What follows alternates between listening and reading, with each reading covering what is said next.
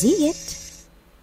The Philippine Serpent Eagle, the Grass Elk, and ang ating Peregrine Falcon. Now that's all for our rappers, guys. Palakpakan po natin sila. And syempre, ang ating mga kuya, Kuya Jimon, Kuya Ezra, Kuya Dexter, and Kuya Michael. And thank you so much, guys. Now, are you ready to meet our next animal ambassador? Now, to our next animal ambassador, they call them the alarm clock of the rainforest.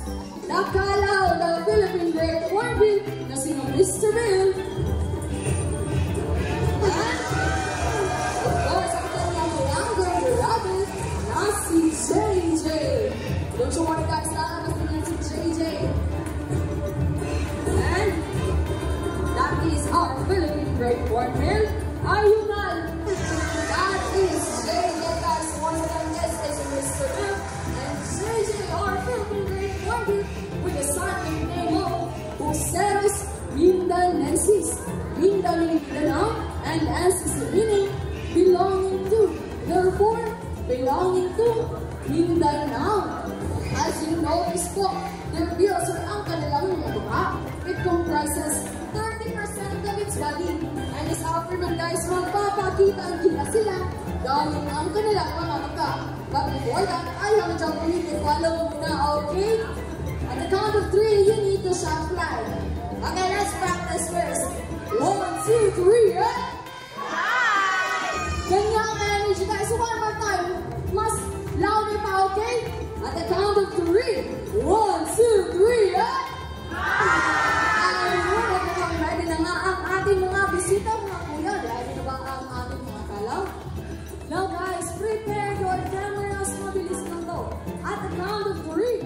1, 2, 3, and...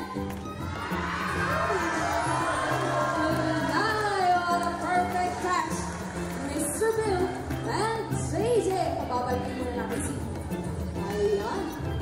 Now, if you see a hornbill doing that, you know what? You are so very lucky because they're actually in mating ritual. So, naniligaw po ang lalaking kalaw na gumagawa niyan.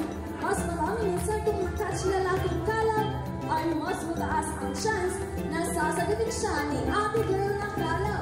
Now did you know that they call them monogamous? Monogamous meaning, once they find a partner in the wild, they will stay with them forever. Sana all, diba? Na, alam niyo na, sa mga naghahanap ng forever dyan, nandito lang yung ating mga... Hindi.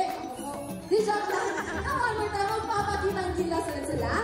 Prepare your cameras. Mabilis lang to. At the count of 3. 1, 2, 3, and...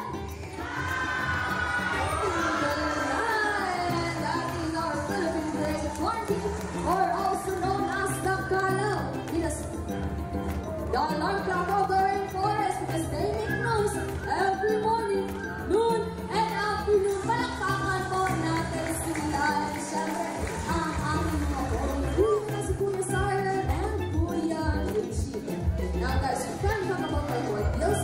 Unlike most birds who walk from place to place, hornbills actually hop from place to place or tumatala sila as their secondary means of locomotion.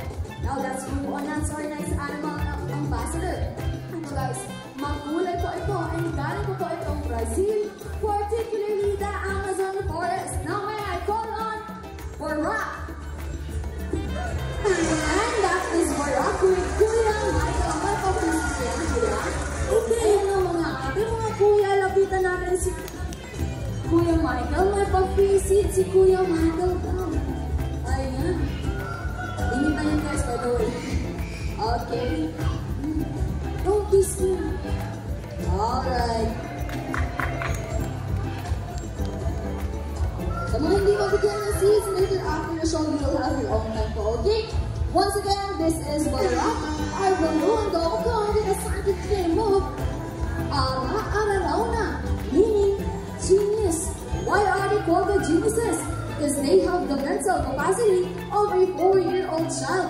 Yes po, magkasing talino na po sila ng 4 na taong gulang na bata. And just like most pirates guys, they have what we call zygodacal feet. Now what is zygodacal feet nga ba? Ipapakita yan ni Barack using a Filipino footwear called Karangkada. Now Barack, Are you ready? So up. One more time, bra. Let's try again one more time. Okay, bra. And so up, marcha. And that is the side of the action. Allow them to grab items and watch it boy. Right, left, and bye-bye. Anak tayo dyan, bra. May high five ka kay Kuya Michael. One more time, bra. One more time. And there you go. And this one, guys, is napaka-sweet din. Now, bra. Kiss to Kuya Michael. Kiss the where? Kiss the... Oh, one more time, Kuya Michael. Nabitin daw sa bra. One more time. Oh, there you go. Ito si bra, guys, is also an aquarium. So, may tanong ako, sino nga ba dito ang nagsasegregate ng kanilang mga basura? Raise your hands. Who segregates their trash? Ayun, sila sir, sila ma'am, sila sir. How about hindi nagtaas ang kamay?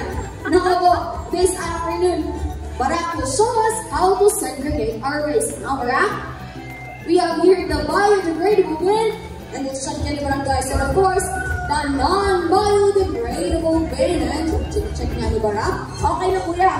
Now, at the count of 3, napagong basura yung 1, 2, 3, and go! Unang tinamoli bracket sa piece of plastic fish is gonna go to non-biodegradable bin. Another piece of trash, plastic ulit, which is gonna go to non-biodegradable bin. Last two na lang, boy. Leaf na naman, or dahon, which is gonna go to biodegradable bin. And one last piece of trash, boy. Saan ihulog ang dahon? To the biodegradable bin. Palakpakan po natin si Bra. Ayun, syempre kung kaya ni Bra, kaya din natin, no? At dahil galing pa po Brazil si Bra, magpapaalam na po siya. No, mga mami, sir, mga ate, kuya, uy, bye-bye to Bra po. Bye-bye. Bye-bye. No, Bra, bye-bye ka na sa kanila, Bra. Mag-bye-bye na sila sa'yo. Bye-bye, Bra. Uy, Bra. Ay, Bra. Ay, nako po, pag ginagawa niyan, ibig sabihin, he still wants to stay sa show. However, we need to highlight our other animal ambassadors. Barak, once again, this is Barak, our blue and gold co with Kuya Michael. Palakpakan po natin sila. And thank you so much, Barak. Now, blue and gold macaws are the 4th largest macaws in the entire world. First is the blue Hyacinth macaw. Now, let's move on now to our next animal ambassador. Kung makulay po si Barak, puting-puti po ito, just like the clouds. Now, may I call on Apollo? And that is Apollo, our umbrella dress of Kakatu, with a scientific name of Kakatua alba, meaning all the brother in Indonesian. Now, did you know that Apollo here is a multi-talented star? Who wants to see Apollo dance? Who wants to see Apollo dance? Raise your hands. Ayun, ang dami mong fans sa Apollo. Ito, how about Kuya Dexter? Who wants to see Kuya Dexter dance? Ayun, ang dami mong fans. Now, kaya kayo dalawa ha, Kuya. Now, Kuya Kenji, music please. And that is the moonwalk played by the famous Michael Jackson. So, silent po, ikupang isinasem. Tama na, makapunod sa ibon. Palangbakan po natin si Apollo. At hindi lang yan, guys. Sa Apollo ay isa rin napaka-talented and actor na Apollo. What do we do if we see a predator? May agila boy. Andiyan sa taas mo, boy. Agila. Patay. Actually, some animals do this in order to pull the predator. So, nagpapatay-patayan po sila. No one time, Apollo, may agila sa taas mo, boy. Andiyan sa taas mo, boy. Ano? Patay. Parang patay mo natin si Apollo. Di ba pang-best actor? Now, hindi mapupumpleto yan kung walang interview session. No, quick interview session. Apollo, okay lang ba? Okay. Guys, nag-audition. Dito kayo, kuya. Ito, Apollo, be honest and sumagot na ng maayos, Apollo. Now, Apollo, look at Kuya Dexter. Is he handsome? Is he good looking? O, di ba si Kuya Dexter, Apollo? Sana, o. Siyempre, Kuya Dexter ay personal trainer niya po. Ito naman, Apollo. Look at me naman. Ako pretty. Bakit ba ako, Apollo?